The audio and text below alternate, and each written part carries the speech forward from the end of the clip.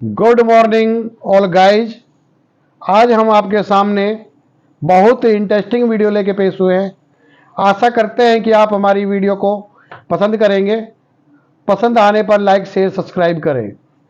आज हमारा जो टॉपिक है कि why is the tally the best for advance financial management, जिसके बारे में हमने थ्योरी के रूप में पढ़ा था। आज हम उसकी प्रैक्टिकल करके दिखाएंगे। आप हमारी वीडियो से जुड़े रहें। और सबसे पहले हम एक नई कंपनी क्रिएट करेंगे, उसी प्रकार लेजर बनाएंगे और ट्रांजैक्शन करने के पश्चात फिर हम स्टेप बाय स्टेप जो हमने थ्योरी रूप में किया उसको हम प्रैक्टिकल के रूप में आपको करके दिखाएंगे। तो सबसे पहले हम एक नई कंपनी क्रिएट करते हैं। हम टैली पे क्लिक किया और जब टैली पे क्लिक करेंगे तो हम एक नई कंपनी क्रिएट करेंगे और नई कंपनी क्रिएट करने के बाद हम उसका लेजर वगैरह तैयार करेंगे। तो सबसे पहले हम टैली 9 लेते हैं। हम टैली 9 पे हम क्लिक करेंगे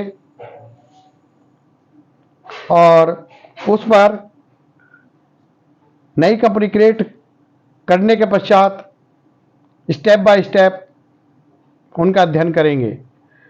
तो सबसे पहले हम इसको आकार को बड़ा कर लेते हैं और एस्केप करके अब आपको मैंने पहले बताया था कि जब नई कंपनी क्रिएट करनी होती है तो कौन सा यूज मेनू होता है, ऑल्ट F3। ऑल्ट F3 किया, हम क्रिएट पे जाएंगे और एक नई कंपनी हमने बनाई। नई कंपनी बनाते हैं, सबसे पहले किसी भी नाम से बना सकते हैं हम। अगर ये फाइनेंशियल मैनेजमेंट्स है तो आज हम फाइनेंशियल मैनेजमेंट के नाम से बना देता हूँ, फाइनेंशियल मैनेजमेंट्स। इसके बाद इसका जो भी एड्रेस है वो एड्रेस लिख सकते हैं आप। ये कंट्री इंडिया है तो आप आई कीजिए और यहाँ पर इंडिया हो गया। स्टेट आपका हरियाणा है तो हरियाणा पे क्लिक कीजिए और उस पर पिन कोड नंबर जो भी है वो डाल सकते हैं आप। टेलीफोन नंबर है जो डाल दीजिए, मोबाइल नंबर है तो डाल दीजिए, फैक्स नंबर है वो डाल दें, ईमेल आईडी कुछ है तो वो डाल दें और वेबसाइट बना रखे तो डाल सकते हैं। फाइनेंशियल ईयर मैंने आपको पहले भी बताया था, जो फाइनेंशियल ईयर होता है वो 1 अप्रैल से लेकर 31 मार्च तक का होता है।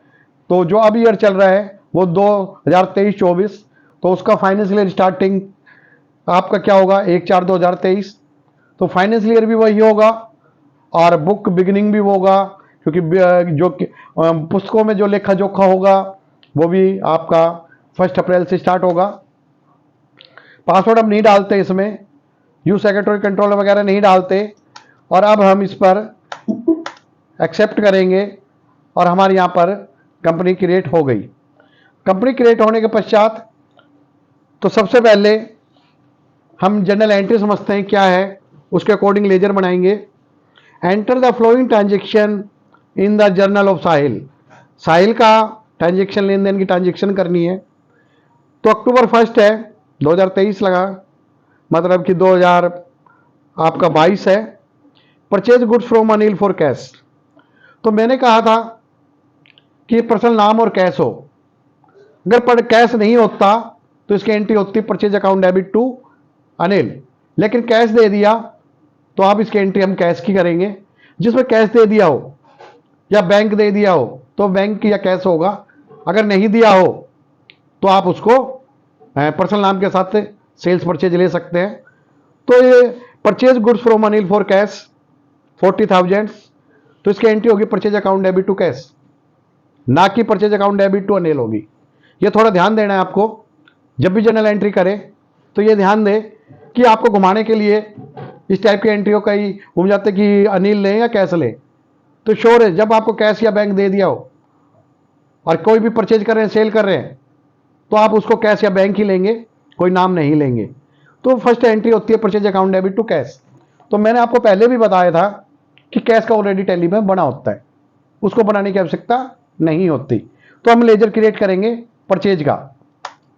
तो अकाउंटिंग इन्फॉर्मेशन पे जाएं, फिर हम लेजर पे जाएंगे और क्रिएट करेंगे।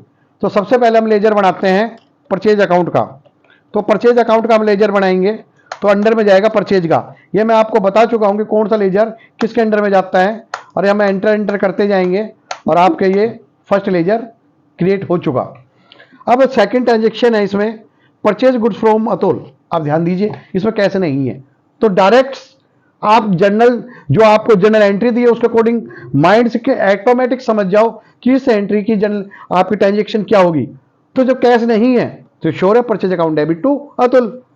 तो लेजर एक बार क्रिएट होता है, पहले भी तो purchase account debit to cash, तो परचेज का बना दिया, तो ये होगा purchase account debit to Atul. तो परचेज का बना चुके, परचेज का दोबारा बनेगा नहीं, तो किसका बनेगा, अतुल का। तो अब हम अतुल का लेजर बढ़ाते हैं। अतुल का किसी भी पर्सनल नाम के आगे अकाउंट्स नहीं लगता, ये भी आपको याद रखने वाली बातें हैं। तो अतुल क्या आएगा आपका, लेनदार हो गया। तो संडे क्रेडिटर करेंगे और यहां पर हम इसको लेजर में डालेंगे संडे क्रेडिटर्स। तो संडे क्रेडिटर्स पर क्लिक करो और यहां पर आप एंटर मारते जाओ, कुछ नहीं करना आपको यहां पर। तो सेकंड ट्रांजेक्शन भी आपकी कंप्लीट हो गई। थर्ड में लेके चलते हैं हम रिटर्न गुड्स टू अतुल। जो अतुल ने माल खरीदा था उसमें कुछ बेकार निकल गया होगा, वो रिटर्न कर दिया। गुड्स कितने का, 3000 का। अब एंट्री वो क्या थी, परचेज अकाउंट डेबिट अतुल थी, तो अतुल क्रेडिट था, अब अतुल क्या हो जाएगा, डेबिट, रिवर्स एंट्री। तो Atul debit to purchase return. तो अतुल का लेजर तो एक बार बन चुका, उसका तो बनेगा नहीं। अब लेजर किसका बनेगा, परचेज रिटर्न का। तो हम यहां परचेज रिटर्न का लेजर बनाएंगे, परचेज रिटर्न्स। और परचेज रिटर्न अकाउंट लेजर किस में जाएगा, परचेज अकाउंट्स में। जब आप प्रॉफिट लॉस अकाउंट बनाएंगे तो परचेज टू परचेज के अंदर परचेज रिटर्न लेस करके शो करेगा। जब मैं आपको प्रॉफिट लॉस अकाउंट दिखाऊंगा तो इसमें ये परचेज में जाएगा और यहां पर हम एंट्री करते जाएंगे, एंटर करें। इसके बाद नेक्स्ट ट्रांजेक्शन है हमारी paid cash to Atul. Atul को हमने नगद भुगतान कर दिया, कितने हजार से कर दिया, 50,000 से। तो अब आप देखिए अतुल का भी पहले बन चुका है और कैश कम बनाते नहीं, तो इसमें किसी भी का लेजर नहीं बनेगा। उसके बाद आता है नेक्स्ट एंट्री है सोल्ड गुड्स टू चारू। तो कैश नहीं है, तो एंट्री क्या होगी, Charu account debit to sales. तो इसमें चारू भी नया हो गया और सेल्स भी नया हो गया, तो दोनों का लेजर बनेगा। तो हम चारू का लेजर बनाते हैं, चारू। चारू आपका क्या आएगा, देनदार हो गया, संडी डेटर्स हो गया। तो आप इस पर संडी डेटर्स पे क्लिक करें और यहाँ पर एंट्री करते रहें और आपका ये चारू का लेजर बन गया। अब बनाते हैं सेल्स का। सेल्स का लेजर सेल्स में आएगा, तो यहाँ सेल्स लेजर कीजिए, सेल्स का लेजर सेल्स में डालिए और यहाँ पर आप एंटर करते जाइए। नेक्स्ट ट्रांजेक्शन आप देख सकते हैं कि चारू रिटर्न 20% ऑफ गुड्स। अब चारू ने भी जो से बेचा वो माल वापसी हो गया, डिफेक्टिव कारण 2000 रुपये का, तो वो सेल्स था, Charu account debit to sales. अब क्या होगा, sale return account debit to Charu. क्या होगा, sale return account debit to Charu का एंट्री नाम होगी। तो अब आपने सेल्स रिटर्न का लेजर बनाएंगे। तो जब आप प्रॉफिट लॉस अकाउंट बनाएंगे तो सेल्स में से भी ये आपका लेस करके शो करेगा, तो यहाँ सेल्स में डाल देंगे हम और यहाँ हमारा एंट्री हो गई। और sale return account debit to Charu, तो चारू का ऑलरेडी बना चुके हैं। अब नेक्स्ट एंट्री थी हमारी पेड रेंट 2000। तो rent account debit to cash. मैंने कहा था खर्चा 2 टाइप्स होते हैं, डायरेक्ट और इनडायरेक्ट। जिसका तुरंत भुगतान करना पड़े वो डायरेक्ट, और जिसका कुछ समय बाद करना पड़े उसका इनडायरेक्ट। तो रेंट कौन सा है, 1 महीने हम किराए पर रहेंगे उसके बाद देंगे, कोई एडवांस भी मांग लेता है, पर रेंट को हम हरदम ऑलवेज इनडायरेक्ट एक्सपेंस मानते हैं। तो रेंट अकाउंट, तो रेंट अकाउंट को लिया मैंने, इसको इनडायरेक्ट एक्सपेंस में ले लेंगे और इसमें इनडायरेक्ट एक्सपेंसेस में लेने के बाद ये एंट्री हो गई। इसके बाद साहिल विड्रॉ फॉर पर्सनल यूज। जब हम पर्सनल बिजनेस के अंदर पर्सनल यूज के लिए खर्च करते हैं तो वो ड्राइंग मानी जाती है, वो आपका कैपिटल में से लेस होगी बैलेंस शीट से। तो यहाँ ड्राइंग्स अकाउंट्स करेंगे हम, ड्राइंग अकाउंट्स, और ये आपका किस में जाएगा, कैपिटल्स अकाउंट्स में। तो आपका ये जाएगा कैपिटल्स अकाउंट्स में। अब आपकी जो भी एंट्री थी वो कंप्लीट हो गई है। अब हम इसकी वाउचर एंट्री में जाकर इसकी जनरल एंट्री करेंगे।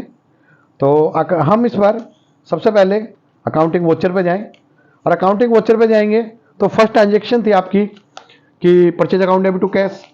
मैंने कहा था जब जाता है तो F5, आता है तो F6।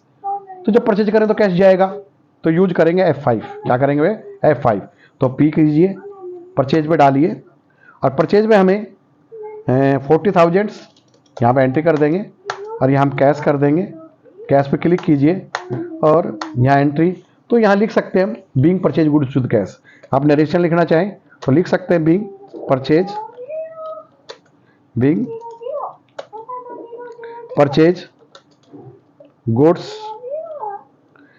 Goods with cash. ऐसे करके आप इसमें नरेशन लिख सकते हैं। फर्स्ट एंट्री आपकी हो गई। सेकंड एंट्री थी purchase account debit to Atul, तो F9 में जाएगी।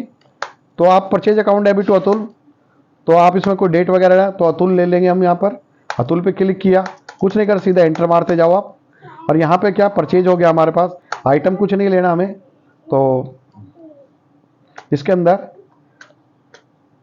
हम यहाँ पर परचेज लेंगे, तो कोई आइटम नहीं है हमारे पास यहाँ पर। Purchase account debit to Atul, तो इसके अंदर आप